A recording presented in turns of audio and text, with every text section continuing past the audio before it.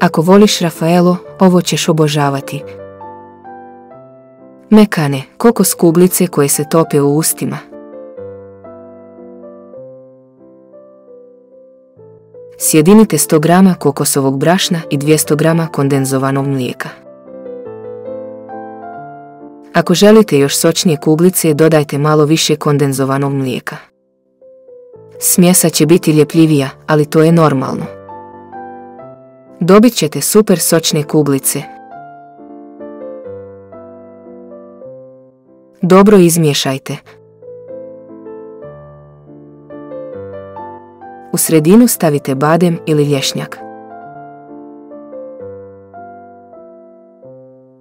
Publikujte kuglice.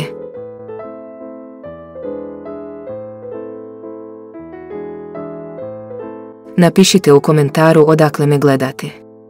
Koji grad, selo ili država. Voljela bih da znam. Uvaljajte u kokos i to je to. Zapratite me za još ukusnih recepata.